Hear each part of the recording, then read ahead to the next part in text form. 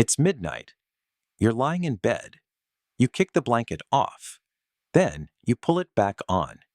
You crank the thermostat down 2 degrees, hoping that's the fix. It usually isn't. You bought the better mattress. You got blackout curtains. But the real answer is far stranger than a mattress, and it has almost nothing to do with how dark your room is. It's about temperature, not the room's, yours. Somewhere inside you, a clock is ticking that has nothing to do with the one on your nightstand. Scientists call it your circadian rhythm. Every night, about 2 hours before you feel sleepy, this clock cools you down. Your core temperature drops by a degree or two.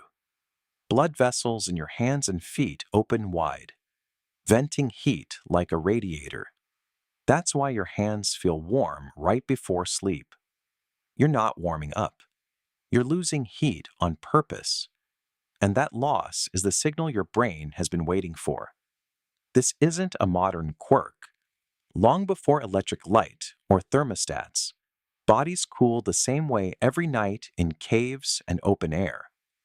When the sun set, the air cooled, and your internal temperature dropped to match it. That pairing repeated for hundreds of thousands of years. Your body never stopped expecting it. So why can't you sleep? Because most bedrooms break the pairing. You run the heat all winter, you climb into bed at 72 degrees, and your body tries to dump heat into air that's nearly the same temperature as your skin. There's nowhere for the heat to go. Your cooling system is trying to open a window, and the window is sealed shut. Researchers studying bedroom thermal environments keep landing on a similar range for adults, roughly 60 to 67 degrees Fahrenheit, about 15 to 19 Celsius, as the zone where most bodies can shed heat efficiently enough to fall and stay asleep. One study, led by researcher Amir Banisadi, found that bedding changes this range too. A thin blanket narrows your comfortable window. A heavy duvet widens it considerably. Your body isn't reacting to the room alone. It's reacting to the gap between your skin and the air around it. Here's the twist most people miss. Colder isn't automatically better. Drop the room below about 60 degrees, and your body flips strategy entirely. Instead of releasing heat, it clamps down to conserve it. Blood vessels constrict. Breathing gets shallow. You're no longer cooling on schedule. You're fighting the cold, and fighting anything keeps you awake. So the real secret isn't cold good, warm bad. It's a gradient. Your body wants enough difference between your warm core and the air to let heat escape smoothly, without forcing you to defend against actual cold. Too warm, heat has nowhere to go.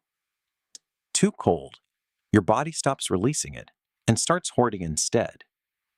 Either extreme blocks the exact mechanism your brain needs to put you under. You've probably blamed sleepless nights on stress, or screens, or that afternoon coffee. Sometimes those matter. But often, the real saboteur is sitting on your wall, set to a number you chose because it felt cozy, not because it let your body finish its job. Cozy and sleep-ready aren't the same thing.